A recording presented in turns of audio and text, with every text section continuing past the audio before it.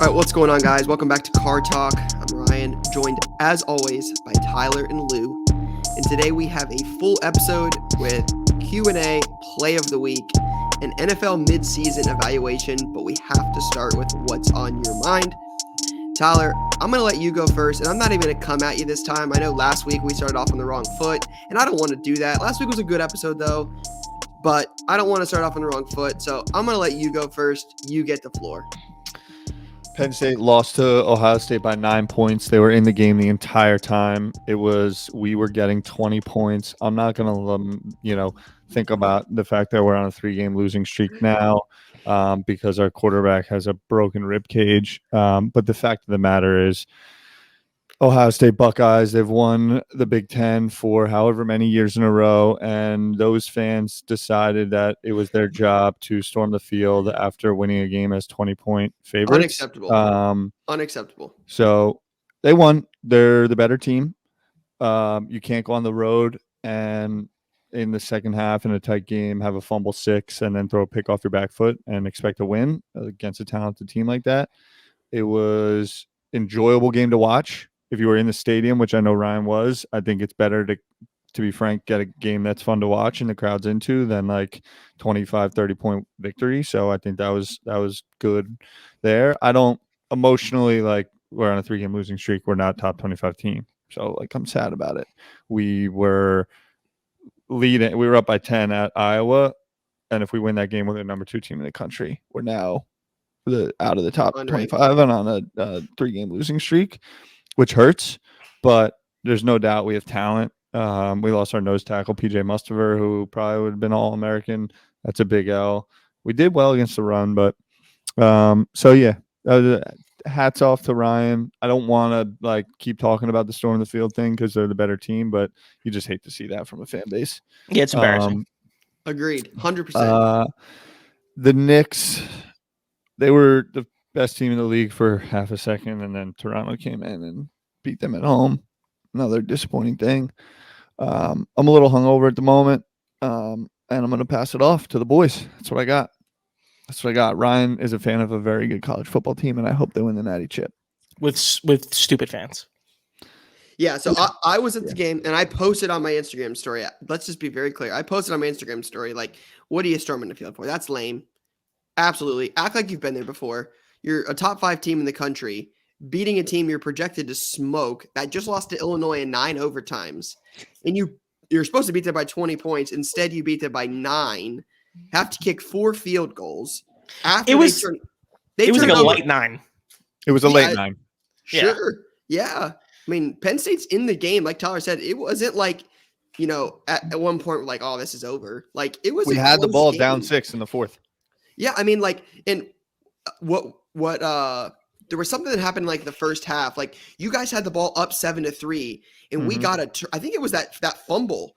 We got something, and then it becomes 10, right? 10-7, and then we score again right before the half, and it's 17-7 or 17. And we came back and scored 10 points right off the bat. Exactly. It could have been 14-3 at half and a whole different game. So I will say, first off, I just learned that in 2015, Ohio State didn't get called for a single holding in Big Ten play throughout the entire season.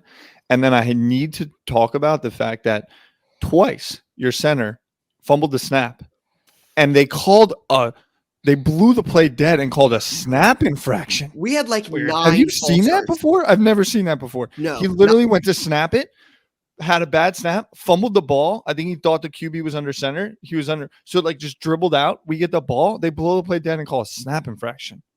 Yeah, and 9. Yeah. 9. What happened starts. there? You don't see that from Ohio State team. No, got to get better for sure. Yeah. I mean, I had much higher expectations. I think you take the win and move on. Yeah, I think I said 42-14, so definitely an L there. If that's your L, take that and move on. W's a W. Yeah, but Lou, what's on your mind? I'm going to assume nothing. Yeah, nothing. The answer is nothing. The answer is nothing. I think about nothing except for the Astros 24 hours a day, 7 days a week. Who are the Astros? The Astros are currently down 3-2 in the World Series. I'm scared to say anything right now because they play tonight, and when this comes out, the season could be over, and I don't want that to be the case. So I'm just going to say, don't let the boys win tonight. I mean, don't let the boys come back from a grand salami in the first inning Don't on the let road. Atlanta close. blow a 3-1 lead. Yeah, they're going to. It would be great if the Astros could stay alive tonight. Just one pitch at a time, right? One pitch at a time, one out at a time, one run at a time. Just get me to Wednesday night. And in a game 7 at home, anything can happen. This is how I feel like during the Michigan game. Like that's literally the same vibe for me. Is like I don't care about anything else. I just want to win 1 yard at a time, one play at a time. Like I only want to win that game. Like nothing else matters. Except the difference is you're not down to Michigan in the fourth quarter. And Michigan's a hot garbage football program. Well, the Braves are very good. And Michigan's hot garbage. Yeah, that's fine. I'm fine with that. I'm Georgia guy through and through. I'm aware. So shout out to Lou. I think we got to at least bring this up. We got to mention this, especially because his Astro take might not pan out very well when he guaranteed it. My man Saturday. They looked so good. Reg and I are upstairs watching the game, and I get a text from Michigan scores again, and they're up 16 points. They were beating the shit out of Michigan State. We get a text from Lou, and it says Michigan's legit. Wait, real quick, the pause. No, I said they're legit. Just so you guys know, I watched a grand total of 45 seconds of college football, and that text was the part of the 45 seconds that I watched. Because I was watching too, and at that moment, they literally were beating the brakes off of Michigan State. Michigan State should not have been in the game up to that point. Michigan, man, they looked awful. They were the better team, and then the last running back said, 20 minutes of the game, 18 minutes of the game, Michigan State dominated. Came back, baby. Go green. I also, real quick, as a sidebar, we're going to get out of the college football talk. I just want everyone to be aware of Auburn. They seem like they got something cooking. Auburn? Football team? Mm-hmm. They just beat lost to Penn State? Yeah. They just beat Ole Miss. They got something cooking over there. There's something happening. They got Alabama in a couple weeks. Just something to be aware of. Picking Alabama? You picking Auburn to beat? Just something to be aware. I'm not there yet. I'm not there yet, baby. But something to be aware. Yeah, Bo Nix is playing like the best quarterback in the country right now. We go to Auburn in September next year. That's fun. I might go to Auburn. I'm going to Auburn. You should go. You should. Car Talk Live from. Wow. I think I'm going to go to the SEC championship game. Interesting. Georgia December 3rd. All right, enough college football talk. We don't want anybody to have to turn it off at this point. Mm-hmm. Yeah. Oh gosh, wouldn't want that. We don't want that. No. But we talked about this just before we got on live that today is this is right around the halfway point. 17-game season now, so there's not really a halfway point. 8.5 weeks would be the halfway point, which technically by the time this comes out, we'd be through 8.5 weeks, considering we just got done with week 8. I want us, before we get into hey, who's doing well, who's not doing well, Lou, I gotta ask you first and foremost, where is the Chiefs panic meter? Last week we didn't do it, and they lost. Right? And they were, 3-4? They barely beat a bad Giants team. Yeah. Last night it wasn't good. Where are we at? What do you think is going on with him? He's hanging out. No, he's not hanging out. Do you think Jackson Mahomes' TikToks have anything to do with it? I think it's a real factor. No, I'm kidding. I'm totally joking. But he didn't do it last night before the game. There was something going on there where he didn't dance last night. So something's happening. Can we talk about the fact that the Chiefs are 4-4, one game out? Yeah, but they look real. Mahomes looked bad. They barely beat the Giants. He looks bad, Ty. It's bad. Anyway, panic meter. If we're going if this is the middle, I'm right over here. Ooh, wow! So there's still plenty of time. I don't know how to do this. We were here. Why can't I do that? You're back here. I'm back towards the middle. I'm not too worried, but it's Jay, you hear that? Got to update the graphic. Lou's come back a little bit. I'm on the pullback too. It's don't let guys get pressing. They got to figure out their offense. He refused. I think they kept talking about how he gets bored.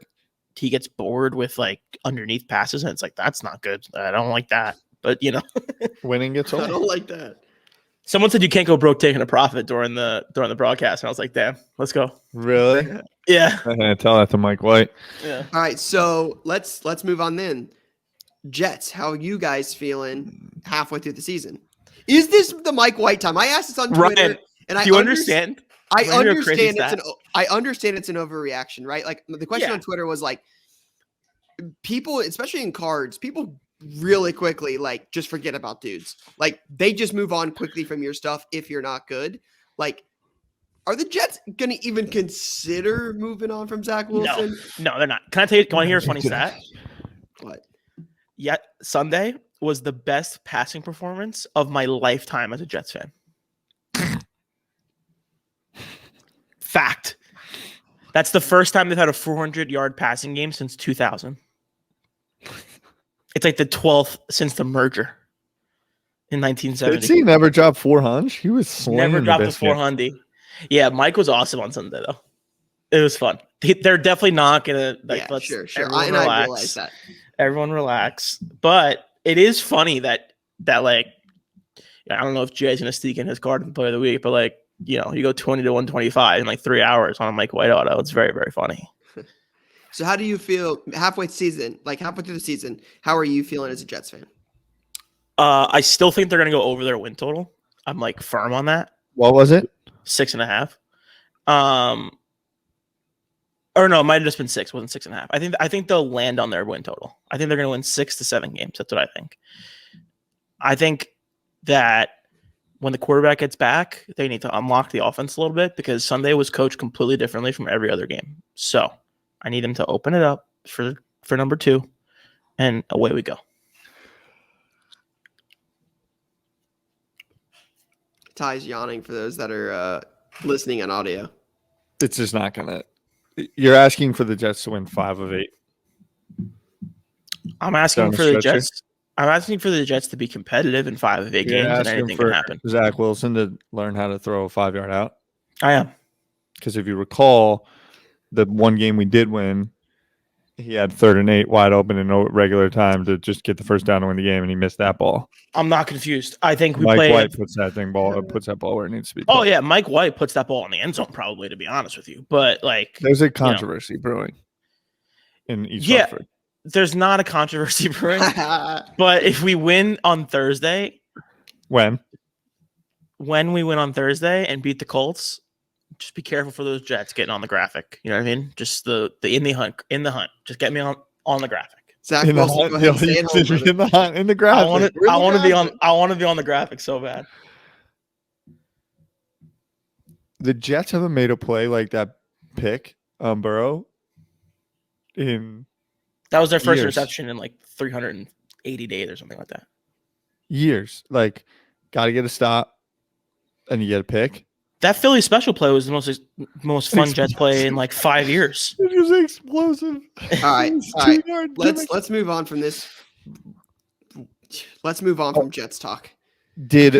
Is Jay, does he have his play of the week in play of the week, or do we have to acknowledge the play of the week in this segment? Obviously. Yeah, I mean, of course. Like, duh. You think he's not going to shout like promote himself in that moment? Like, obviously. I do want to give a little since the trade deadline is today, I believe. So this will air before we see if anything happens crazy or anything else crazy happens. The Von Miller trade was pretty interesting yesterday.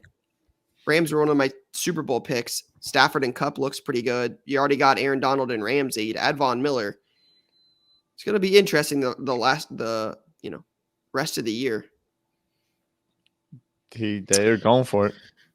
I respect the way that they run their team. I respect the way the GM runs the team. I respect the way the coach runs the team. It's like, hey, man, if we don't win the Super Bowl, we're getting fired anyway. So you might as well just go for it.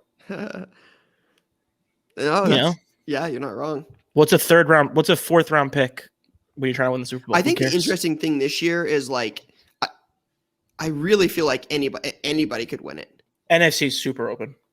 So is the AFC, actually, to be honest. I mean, like, Brady got demolished by the Saints.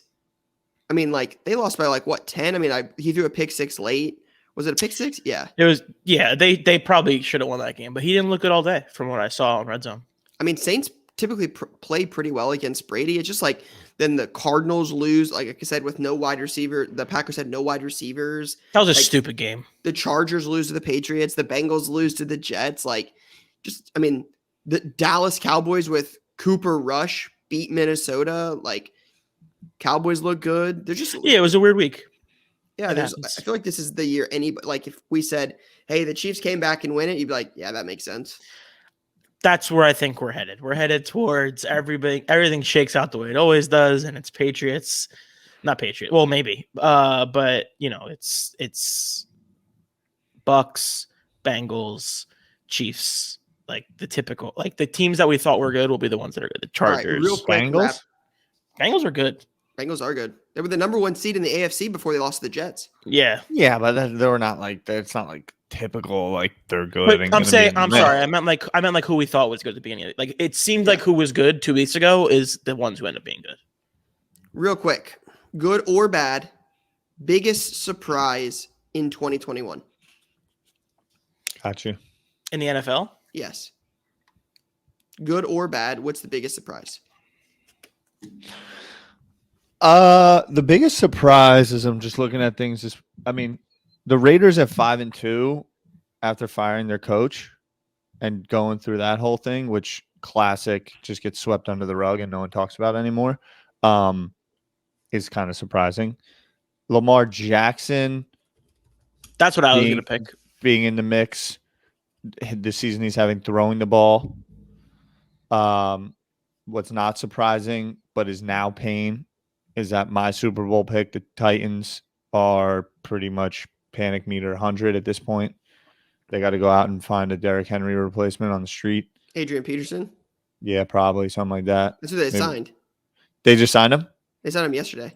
Legend. No, they were working him out yesterday. No, Peterson, he's on the practice squad. Oh, he already was. Baker Mayfield, pretty much not going to get an extension. That would be my biggest surprise of the year for sure. The Browns, I think on paper, are one of the more talented teams. I picked them to go to the Super Bowl. The Browns I understand Baker's hurt. I understand that, but there's a lot of talent on that team. So to see the Browns not, 6-2 at this point is a little bit of a surprise. I also want to give some love to Dak and the Cowboys because him coming back from injury, a lot of doubt on that guy. He's been awesome, and they're legit. They're a legit good team. Yeah. Their conference is also trash, boys. But so is the AFC. Like, if you want to make that conversation, you know what I mean? Well, super fair. Yeah, the Jets, trash. The Bucks, the Packers, and the Cardinals and the Chargers are in the NFC. Like, it's a Chargers solid. are in the AFC. I'm sorry. Sammy Darnold. I meant Rams, but early. Brother, Sam Darnold went he got hurt on Sunday. He got crunched, dude. I sold a certified auto yesterday for $20 on eBay. That's a tough scene. Were you searching for his autos on eBay yesterday? No, we sold one. Oh, you sold one. Yeah, we sell right? We sell 300 things a week on eBay, so I'm always just checking, hey, what do we sell today? I'm looking at it, you see a Sam Darnold patch auto for $20. Yeesh. Not good. This is right. Yikes. All right. Let's get into Q&A. So as always, we're pulling these questions from the Card Talk Facebook group. If you guys are interested in joining that, this is where Jason fields the questions from. So this is from Michael Davis. It says, I know the hate for the Dallas Cowboys is real, but is Dak Prescott a play? I believe so. Wanting your guys' opinions. # we dem boys. Lou, you just answered it, I think. Yeah, I think I did. The question is, it's the typical. I would love to know what his stuff costs. I would imagine there's already a nice little premium on it because he is a Cowboy. But I think if they make a Super Bowl run, like Dak is going to go down in history in Cowboys land. So I think he already is getting close to that. So if you're looking for a long-term play, I feel really good about that as well. I agree. Dak, Cowboys play for sure. No doubt about it. No doubt about it. They'll be in the mix. And he's got that cornerback on the other side of the ball that just digs everything. All right. Brian Shea says, Vlad Jr. or Ohtani, long-term, who are you holding on to? Ohtani, legendary, forever remembered. GOAT, no matter what he does. and he's internationally acclaimed. Ohtani. I would agree. If I'm buying one, I would pick Ohtani. But Lou, I'd be curious to know your take. Are you buying Vlad or Mr. Flash in the Panty? Today is not the day because I don't have the numbers right in front of me. But the second half was a little questionable from a certain player who plays for the Angels. So I'm going to go with Vlad. Interesting. Jay put in the chat, Flash in the Panty, TBH. All right. I hope we better be playing that next year when he doesn't look as good. That's all I'm saying. Guys, I think the next tee we need a flash in the panty tee. I'm with that. And All it's right, like so a card, like in a frying pan. Is this Xavier? It says, as the World Cup is coming next year, any thought on the soccer card market? Could it become as big as other sports in the U.S.? As the World Cup is coming next year, any thought on the soccer card market? Okay. The soccer card market has been ripping, is ripping, will continue to rip, is expanding. Nat said it on the last podcast. There you go. Look around, yes, the game, the global game, football is here. Football is here to stay. World Cup is coming. World Cup's going to be a little different, I think, for the U.S. audience, winter. But for me, it's a 5-year game right now. We're playing for the 2026 World Cup. It's here in the U.S. The final's probably going to be not far from here unless SoFi Stadium wins it. The sport matters. And if you take a look at the biggest clubs in the world and their ownership groups, they are more and more by the day American business tycoon family people. That sport is going to be imported here, just like the NFL is exporting. The Premier League will be importing. It's just a matter of time. Prospecting is alive and well in it.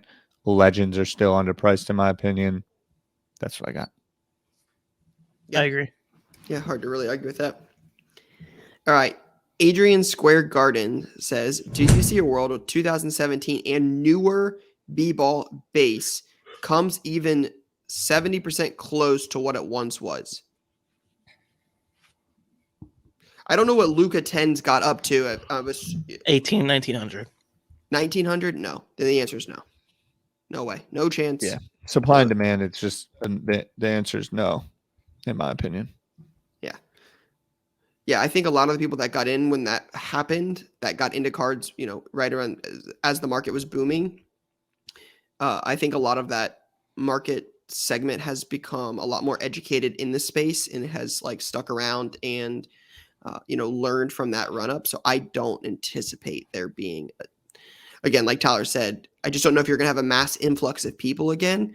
So, and supply is readily available on those cards now. So I'm not saying they're going to go to $0, but I think it's likely that they're not going to ever get anywhere near some of those peak prices. I will say I don't think it'll happen for those specific cards. I could see it happening in a future class. Maybe not this one, but I just think there's a lot of factors as to why all that stuff blew up when it did.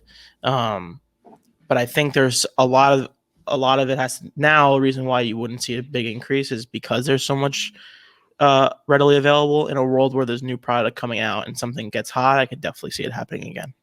So Luka base is doing 800, right? 815. Yeah. Last one off at auction, 815, 39 bids. Look, if Luka goes MVP, Luka gets to the conference finals, Luka maybe is in the finals, I could see that card popping to $950,000, which is 20%, totally, which is 20% increase. Tyler Hero, Michael Porter Jr., Zion, just kind of the overall base market is not going to see the expansion that it had. I think the argument is that if somebody does really, really well, Michael Porter comes out and drops 40 a game and wins the NBA Finals and wins MVP, his stuff will go up. That doesn't mean it's directly correlated to what Luka base Prism PSA 10s do. And I don't anticipate the entire market going up. Maybe one person, if they're successful this year, their stuff go up. Like Tyler mentioned, Luka, if he wins MVP or goes to the finals. But that's not any different than any other year in sports cards. That happens when somebody is successful and has the opportunity to title, their stuff goes up. So yeah, I mean, Trae Young rookies were like $40. PSA 10s. Yep. All right. So this is from Christopher. It says, how do you guys feel about investing in the older GOATs such as Montana, Rice, Marino, Steve Young, etc.? A safe play, or could there be any opportunities in those kinds of players? Looks like he's talking specifically about football GOATs. Mm-hmm. So I'll just point that out. So I just to be honest, like if you look at that list, like those guys are legends. I don't anticipate they're going down much. Like I don't think you're going to see a massive 60% decline in those guys, but I don't think there's a ton of upside, right? Especially in their modern day like autographs, like those guys sign Montana, Marino, Rice, Steve Young, etc. Those guys all have autographs. If you search on eBay, there's probably over 1,000 of most of those guys. So the supply is there. I think it might be different conversation for PSA 9 or PSA 10 rookie cards. I know most of those guys, like Jerry Rice's, is like a $40,000 card. That's what I'm looking up right now. It's something crazy, like it's low. The Jerry 10. Yeah, Jerry 10's real big. It's crazy. Real, yeah, it's real low, but $74K for a PSA 10. Yeah, Jerry. $74K. But some of those in 8s or 9s might be a play. That card is sweet. Jerry, the Jerry cheap, rookie is freaking sweet. Ty, what do you think? I think Randy Moss. I don't know. That's just personal. I just think Randy's such a GOAT, and I think he's undervalued. But yeah, largely speaking, I think that crew, Montana, Rice, Marino, Steve Young, it's kind of similar to the last thing. Like they've had their run up and long term parking capital in those assets. I like. Yeah, just like short term flip run up. No. Yeah, I don't think you're going to go wrong buying a PSA 8 of all of those guys, right? A PSA 8 rookie card of all those guys, throw them in the back, and they only have one rookie, right? This isn't like Zion where there's 14,000 different rookie cards. They have one card. Get a PSA graded, throw it in the safe, but I don't think it's going to go up 50x over the next 10 years. But I don't think it's a bad investment per se. Yeah, the one thing I was going to say was something you could do with those, and something that I learned with those cards is like play the pop report game of like, I know, like just off the top of my head, I know that the Jerry Rice has a drop off after PSA 9. So like I think the PSA 9 is like 2,000, and then the PSA 8 there's like 12,000 or something like that. So that's just something to keep in mind when you're thinking about what you want to do in that arena. Agreed. I like that idea. Again, that comes with a little bit more digging and that kind of stuff. All right, Andrew Perry says, after your interview with Nat, do you believe $10 to $15 PSA grading will return within the next 12 months? This is the one question I was planning to ask Nat before we had to go. We had to wrap it up. If you watch the interview, I was like, Nat, and then I think you mentioned something, so I just never ended up asking it. This is the one question I wanted to ask Nat. If you ask me, do I think a $15 option will be in PSA by the end of 2022? I would say yes. I agree. I think that's end of next year. Q4. Yes. Next year. I would agree. I think they want it really. I think he wants it really bad. It's a question of can they scale up in time. I think they want to, and they will try to have it by the end of 2020. Ask me 3 months ago, my answer is very, very different. Mm-hmm. Ask me now after that interview with Nat, I would definitely say my answer is very, very different than it was 3 months ago. I would say yes. Mm-hmm. All right, Rick Ellis says, for Ryan and Lou, after watching DTS, which drivers do you find yourself gravitating towards? Also, please compare each member of Car Talk to a driver. Wow. So I have not finished season 3. Reg and I got to season 3. We're on like episode 2 or 3. It's the best season. Yeah, first episode's like COVID, and then I think we were just in, was it Austria? I can't remember where. It's been a long time. I think the first one's Austria. That's when Lewis gets that penalty for like starting outside of the area, the grid area. Did you know this upcoming season has no max? Am I allowed to come back? I know I was written off for this question, but I'm allowed to be back. We get written off for soccer questions all the time. So all the time. No. You've never been written off. You've never been written off a lot. We can pull the tape, Ty. I think last week you had like 3 specific questions that said for Tyler. Written off. Salah, like Mohamed Salah, that was definitely a question. Zip, right, Zip doesn't even get written off. He was really upset. Real quick. Lou, which drivers do you find yourself gravitating towards? Ricardo, always.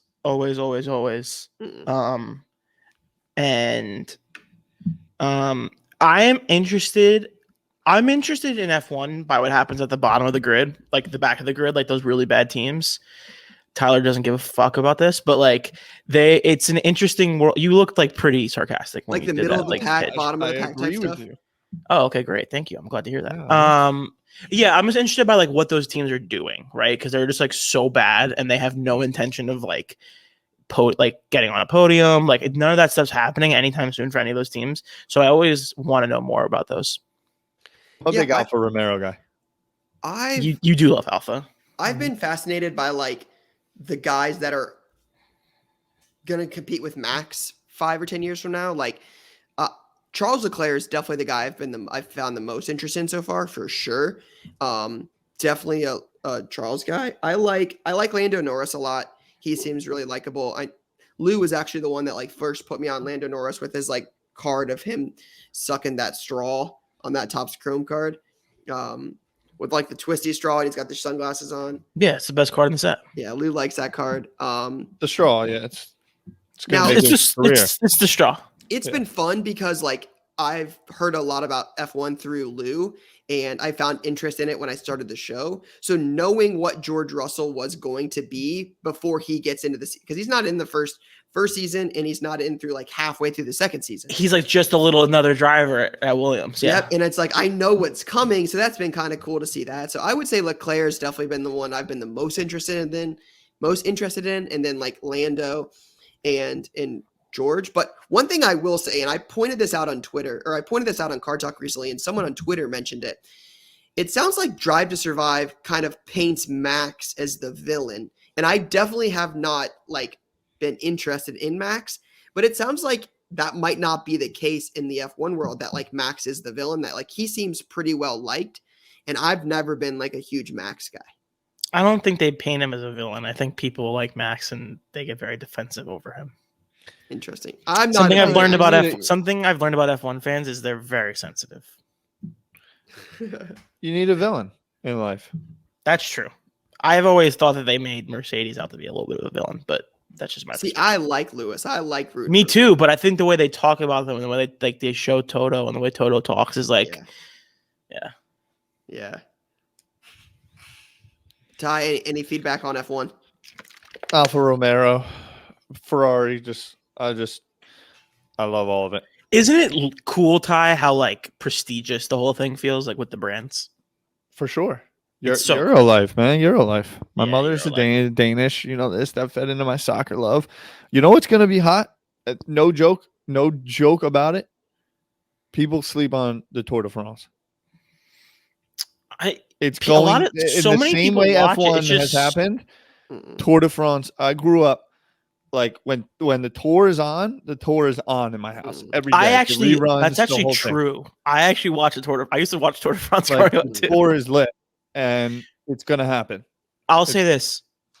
If they put out a show on Netflix, I'm locked in. It's going to happen. I have no doubt about it. U.S. Postal Service, this squad, the training, the Alps, the time trials, the whole thing. Be prepared. People who ride bicycles are like, respectfully, kind of a weird crew, and I want to know more. They're tight. All right, real quick. Gotta compare driver to host. I think Ty is, let's see here. What do you think? Daniel Ricciardo? Maybe for Ty? No. Yeah. No, Tyler's far too serious for that. I totally disagree, and that's why I think Ty is Daniel Ricciardo.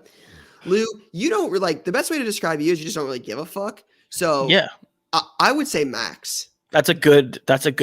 I love that read for myself. I love that read. Yeah, I think Ty would be like Daniel Ricciardo, like just never too serious, just kind of like just always. There was one dude that was looking super swaggy, hanging out with like I love when they wear the half. You know, they got the suit, but they drop it to the half and like just having like freaking fresh. He was walking with the shades. First off, having the parasol guy above you on the grid, fire. I'm like, fire, bro. I'm fucking hanging out right now. Yeah, it's pretty cool. So yeah, Ty's Daniel Ricciardo, Lou is definitely Max Verstappen. Where do you fall? What? Who and who were you again? I'm not. No one. You think That's not true? It was for you, bro. Yeah. Who do you think you are? Man, I have no idea. No, come on, you gotta pick somebody.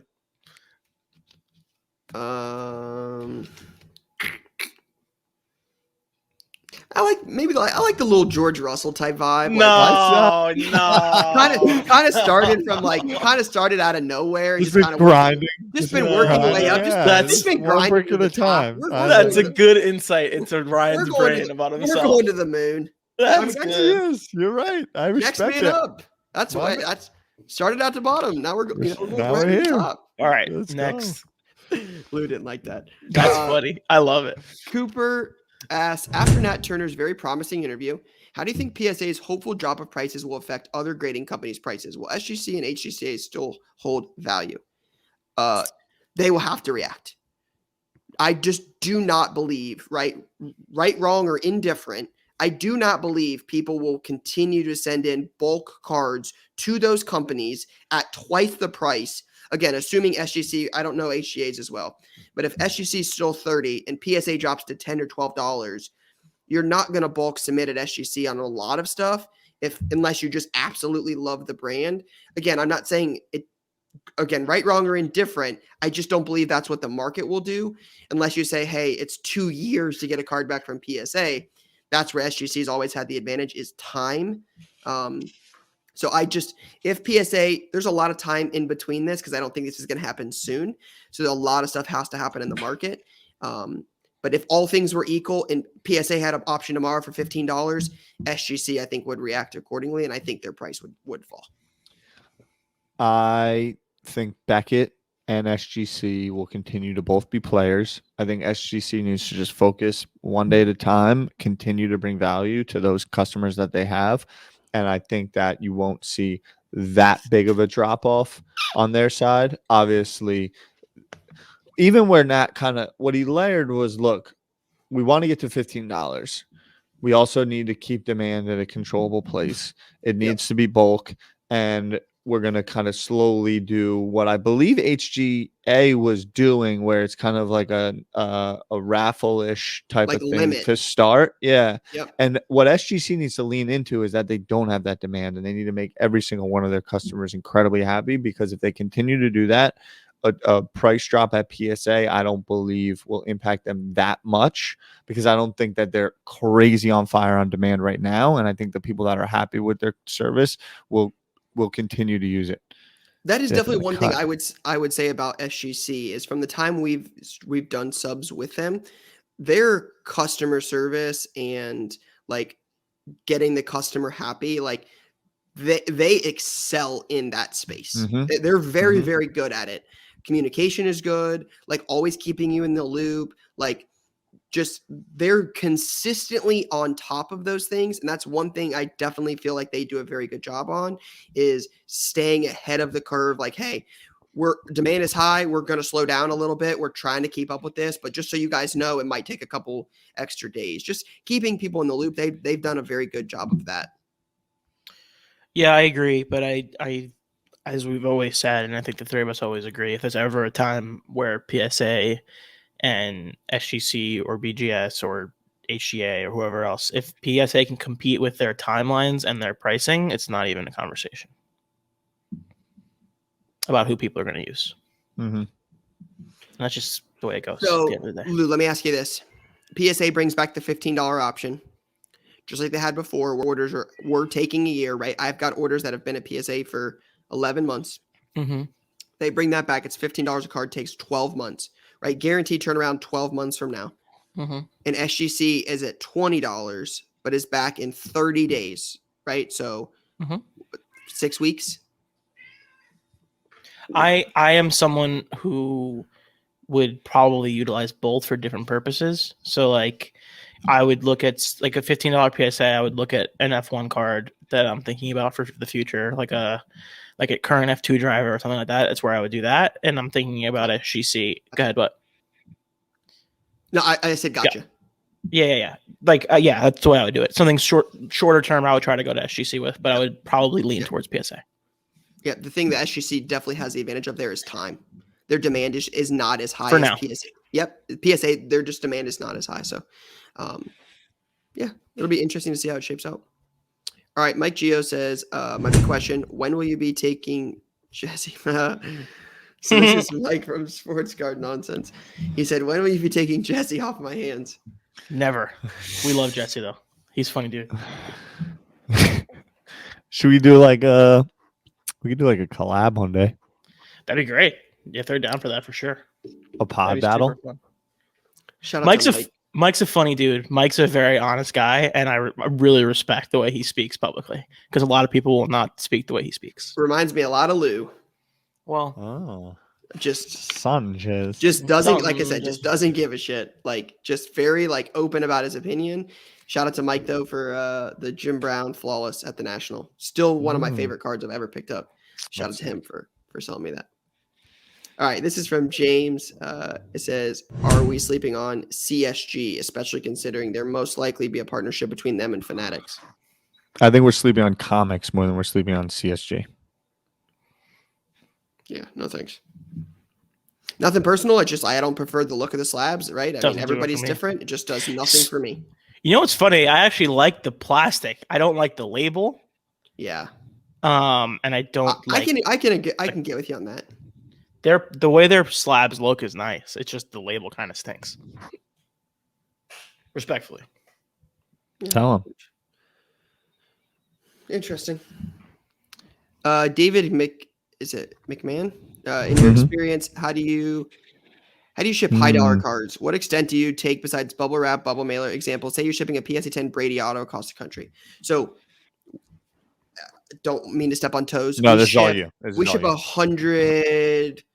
We ship about 50. It's probably about 50 things every day at this point, with 300 some eBay auctions a week. It's about 350 at this point, and breaks and sales on Whatnot and Loop. It's about 50 things average per day. The big thing is like peace of mind, right? Like, what's the card worth? Let's say it's $10,000. Is it worth $200 to you to have the card in someone's hand across country next day, right? If it's not, if you're like, hey, I can still sleep without it, send it priority mail, right? It'll be there in 3 or 4 days. To me, it just comes down to like peace of mind, right? If we're selling a Prism basketball case worth 25 or 30 grand, I don't really want that sitting on a FedEx truck for 5 days, right? I'm not shipping that FedEx ground. I'm shipping that double boxed, lots of bubble wrap or packing peanuts, signature confirmation, tracking number, throw some insurance on there, right? Like, there's steps that you can take on that kind of stuff. Typically when I ship high value cards, I'm double bubble mailer on everything. And one thing I think people miss out on, I actually learned this trick a while ago. When you ship a package, let's say it's a Brady auto worth 10 grand, PSA 10, you put it in a bubble mailer, right? Like you put it in a team bag, cardboard on each side so it's protected. You throw it in a bubble mailer. What I'll do is when I print the label, if I'm printing a label through PayPal or eBay, I'll print 2 labels. I'll print one label, stick it on that package, take that bubble mailer, throw it in another bubble mailer, and put the label on there. That way, if the post office messes up the first bubble mailer and it gets out of that package, boom, it's in another one, right? So then the package inside also has the address on where that card is supposed to go. If you're going to ship it to FedEx, write on it with a marker, right? Write on it with a permanent marker so that if something happened to the inside package or the outside package, the inside package tells you exactly where that card is supposed to go, right? It's just little things like that will keep you out of trouble if something were to happen to the package. That's typically what I would recommend. Yeah, I'm aligned with Ryan on all of that. The 2 other things that I would throw out there is depending on the value of the item, this is where collectible insurance comes in, because they cover your insurance shipments. They cover your your card shipments with insurance rather than having to pay FedEx or UPS or whoever else insurance. I've paid several $100s for insurance on a single package just because I didn't have collectible insurance and I wanted to protect the item. So something to be mindful of there. And then the other thing is if you can afford this, right? If the price allows it, I was very against at the beginning. I think now I would change my opinion. Depending on the price of the item, it's potentially worth you going yourself to that place. Plane trip, quick flight, in and out, 2 hours, and you're back. I've done that before on a couple deals. It doesn't happen often, but I've done that on a couple occasions. It's like you don't have to ship it. You can see the items in person. It just, I'm not sure I would necessarily go to somebody's house or meet them at 10 o'clock at night. There are places you can meet, right? Local card stores. A lot of those places will allow police that kind of stations, stuff, especially if you ask them ahead of time. Police stations. There are places you can go to do those kind of transactions, but I definitely agree, especially in the age we're at now, right? When you've got massive cards setting record prices on a weekly basis. This is an expensive hobby, expensive business. That's definitely in considerations. But like you said, Lou, you can get on a flight across country and be back in the same day for a couple $100, $400 at the most. Yep. Ty, any input since this is the last question? No, I think if anyone listened to me about shipping over you, they would be making the wrong decision. I don't know about that, but that's good self-awareness by you. Yeah, I mean, you just said you ship 50 things a day. So I have no comment. I haven't shipped 50 things this year. I'm good. I'm good. You run a real freaking operation. That's what's on my mind. Man. That's funny. Like, big All ups to you and the squad. Yeah, the squad does it all, right? Shout out to the team for making it all happen, because we do ship a lot. All right, so again, if you're interested in submitting any questions, join the Facebook group, Card Talk on Facebook. We'll pick some questions and hopefully do this next week as well. But we're going to get into play of the week, and as always, guys, play of the week is brought to you by eBay, your number one spot for all things cards and collectibles. All right, so as always, Jason, the producer, takes plays via Instagram or Twitter at Card Talk Pod. He'll show them to Tyler, Lou, and I live on the show. We'll debate them and pick a winner for our play of the week. All right, Jason says the first one is for Lou. This is from the Card Yard. It says, "Dear Big Three, first time, long time. I let this one marinate from October of 19 after Jordan won the ALCS MVP. I thought this was a great time to move this card. I like Jordan a lot, but I see him being a DH long-term and don't see this card going much higher. Jordan Alvarez, 2019 Bowman Chrome, 30th gold refractor to 50. I paid $26.49 all in 2 years ago and recently sold it for $90. Curious to what you guys think of cards like this as well. Inserts with no rookie logo, but the player's actual rookie year." I think it's a good play. I wish Jordan Alvarez could get some sense of a bat in the World Series. That'd be great. But I think the card is really good. Selling the whole "this is a rookie card" without a rookie card logo is always tough, regardless of the fact that it is actually a rookie card. Agreed. But it's a smart move. Held it for a while. Made a good amount of money on it. On card auto? It's not autoed. It's a facsimile. Yeah. Facsimile. What a word. It's 89. That's a 80. It looks like 89 Bowman. Yeah, 2019. It's 30-year anniversary. I respect your Card Yard. I respect the Photoshop job on the logo. I respect the Dear Big Three. I feel like we got some more plays to look at. Yeah, I'm aligned with Lou on this. Like, held it for a little while. It's tough to sell rookie stuff that doesn't have a rookie logo. But I mean, anytime you can turn $26.49 into $90, it's a win, regardless. 100% a W. So, all right, next one. All right, this is from 406 Sports Collector on, it looks like Twitter. It says, "Earlier this year, I bought a raw 58 Topps Jim Brown rookie after an eBay auction started with an OBO option. Started the listing at 300 and I offered 500 shortly after and was accepted. Was pretty off center top to bottom, but overall in good shape. I sent to SGC where it got a 2.5, was hoping for a 3, but was still very happy with it. Recent SGC 2.5 has gone for 2K. Likely going to hold on to this as I'm a big Browns fan and think his value is in particular is only going to increase over time. Pretty thrilled with how it worked out.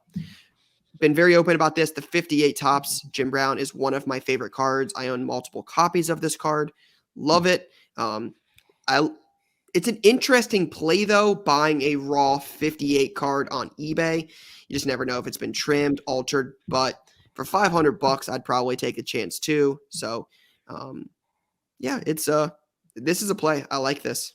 When my head goes back to the GOATs about Marino, Young, like Jim Brown is another level. of goated. And I think that there's just I don't, as someone that doesn't have a Jim Brown in the collection, if you're serious about having a collection, such as myself, I need a Jim Brown. And so the sale is a great play. I just think people should be holding Jim Browns. I like the play a lot. Very risky buying, like you said, raw. The 2.5, decent. Jim Brown's a real piece. I agree. Blue Across the agrees. board. Yep. All right, next one. All right, this is from Chinkstagram. It's Matthew on IG. It says, my submission for play of the week is based on buying the card and not the grade. I was randomly searching eBay for baseball, which I don't collect, and stumbled on Roger Clemens 1985 Donruss rookie in a GMA 10. After looking the card over, I thought it was sharp enough to warrant a bid, and I took it down the auction for a whopping $4.25. I ended up cracking the case and submitted it in an order with PSA. The gem rate on this card is an anemic 6%, and somewhat to my surprise, I was able to pull a GEMMY from $4.25 GMA auction to a $400 plus PSA slab. One man's trash is another man's treasure. Be well and God bless, boys. Respect. This has got to be like the luckiest play of the week of all time. A GMA 10 1985 Donruss is a PSA 10. But we literally talk all the time about buy the card, not the grade. Totally, but like, jeez, what? I mean, it's great. It's a great job. I don't know if we made a rule or not, but like we kind of were like, luck of the draw, like the cross stuff, like cracking and smacking, pulling a GEMMY. Like, is that? Yeah, listen, when you crack and slap and you get a GEMMY, it's tough to get mad at the person. Yeah. And I think it's part of the game. It's like I did buy this. Like I bought this card for this reason. So like if you're doing it for that reason, it's one thing, right? But hell of a job to get a GEMMY out of this one. It's a good GEMMY. Yeah, you can't be mad at the GEMMY. Like you just can't. All right, here we go with the GEMMY talk. All right, so I looked. If it would have got a 9, it's about 57, 58, 61. So it's about $60. So if you send it in bulk, still would have been a play, even if it would have got a 9. But the 10 definitely. But as we know, 10 definitely. It's a GEMMY. It's a GEMMY. All right, enough with the GEMMY. Jay, what do we got? Ooh, Roger Clemens. All right, so this is from Sports Card Collector / Investor. It says, hello, I was scrolling through eBay when I found the Steph Curry 2008 Sports Illustrated for Kid BGS 9 rookie. I know what some other Sports Illustrated for Kids cards can go for, so I thought this can be a great investment. I won it at auction for $80, which is about 50% comps, and I sold it on my slabs 2 weeks later for $179.99. Not huge profits, but not a bad $80 purchase. I respect this heavily. Double up. My slabs play. Found it. Steph. SF for Kids. I don't think we got a date on it per se, so I'm not sure when this went down, but I think this is a real respectable play. Yeah, I mean, there's always opportunities out there if you know what you're looking for. Yeah, I mean, the Sports Illustrated for Kid thing has always been interesting because I know that, like he said, there's definitely other athletes in there that have a lot of luck with their stuff selling well in Sports Illustrated for Kids. So I like the play. Yeah, and I think the lesson here is utilize all the avenues available to you to sell things. Agreed. There another one? So next one. Here we go. So this is Jason, the producer, throwing this in there.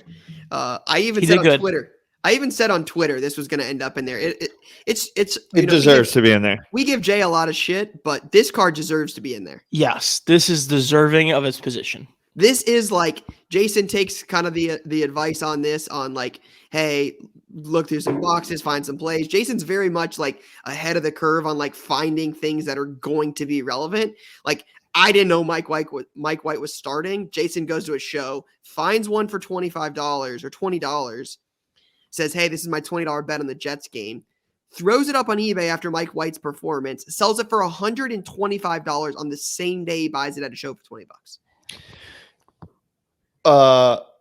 Threw it up pregame. He did throw it up pregame, and he went with like this is my bet on the game today. Jay, what was your price listed? Because you sold for 124, 125.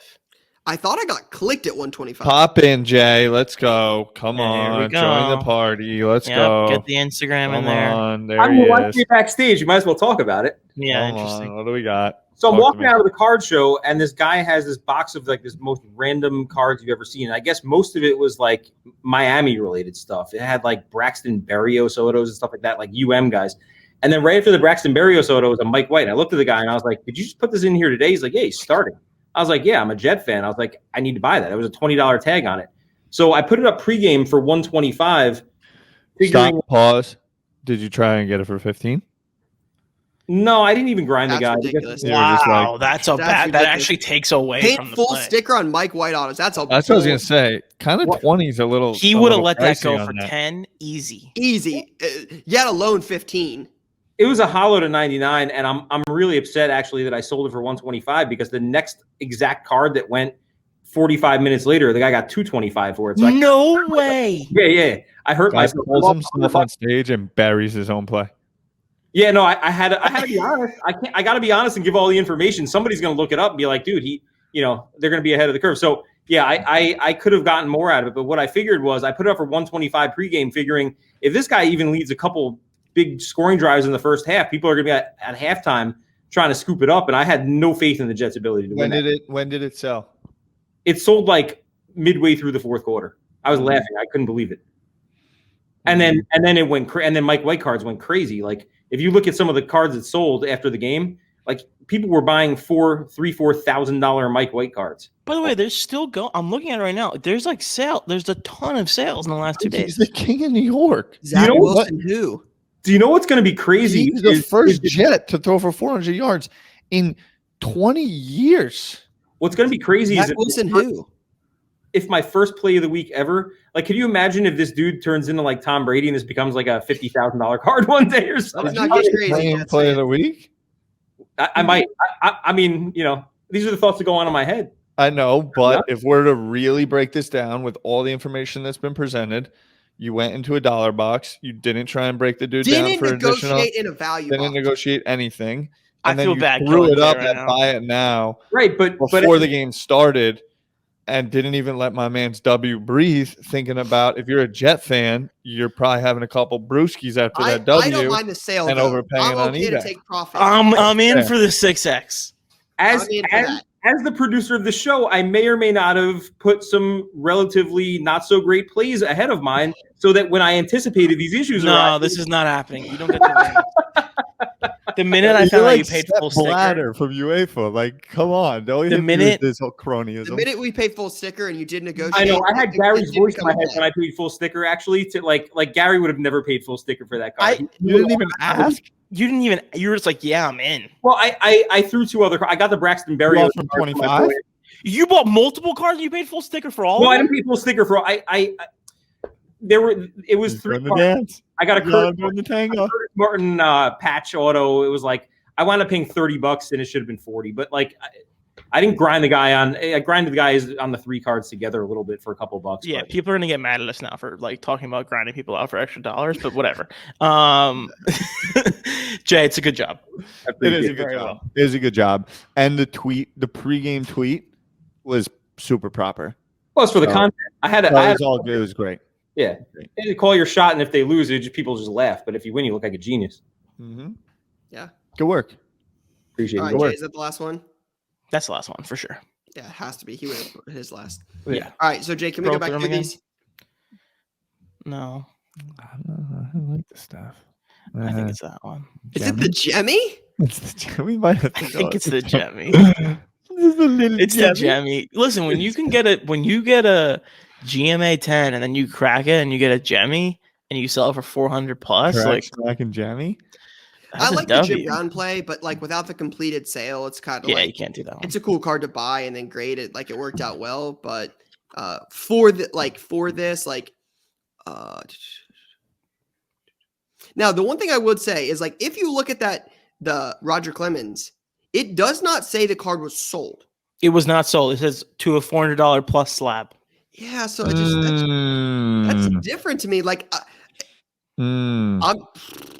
If you guys choose the Gemmy over my play, I'm going to take that person. We're definitely not picking You Mike would White. never choose the Gemmy. You would never. You called yourself on stage and buried yourself. You were like, "Hey, what's up? I'm Jason, and I'm going to kill my own play." I have to be honest. You throw all the, I got to give you guys the information. I'm not trying to avoid it. I'm telling you, like, it's hard not to pick Jason's. Like, no, it's not. Disagree. I'm telling you something right now. I'm sticking firm. If you come out with Gemmy, I'm picking your play. Don't care. I don't disagree. It feels like Gemmy's something we're gonna run with for a little bit. Rolling with Gemmy going forward. It's the Gemmy.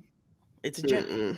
Ryan doesn't like it. I just can't pick a card that didn't sell. Like, I don't disagree, but he came up in the DMs and said that he was able to pull a Gemmy and he capitalized Gemmy.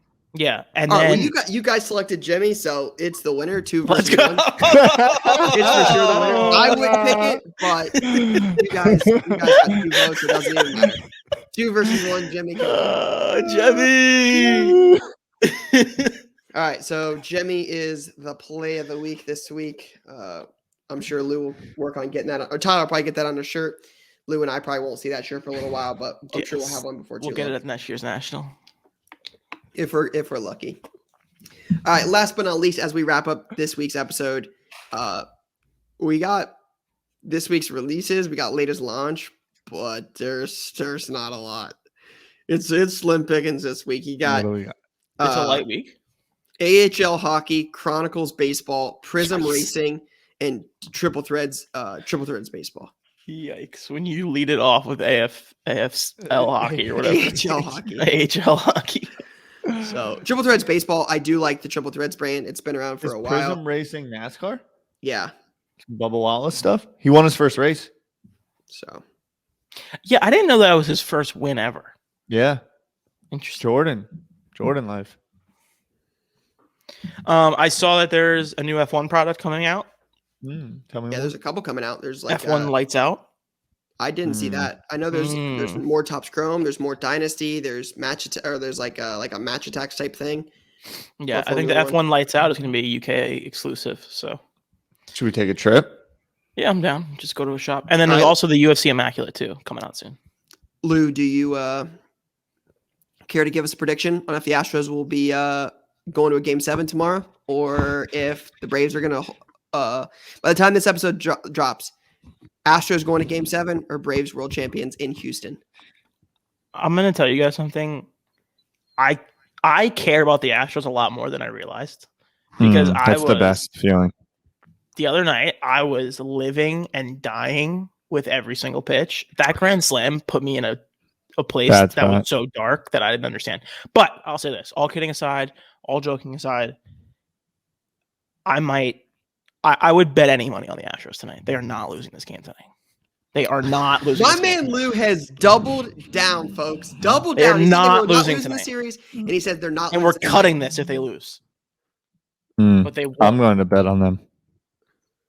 They are not losing tonight, and if they do, this will not be in the podcast. If I can get tickets, I'll go. All right. That's a wrap. We're going to end it on that. On Lou's guarantee the Astros win Game 6 and force a Game 7 tonight. We'll find out tomorrow on Card Talk when it drops on Wednesday. See you guys later. Peace.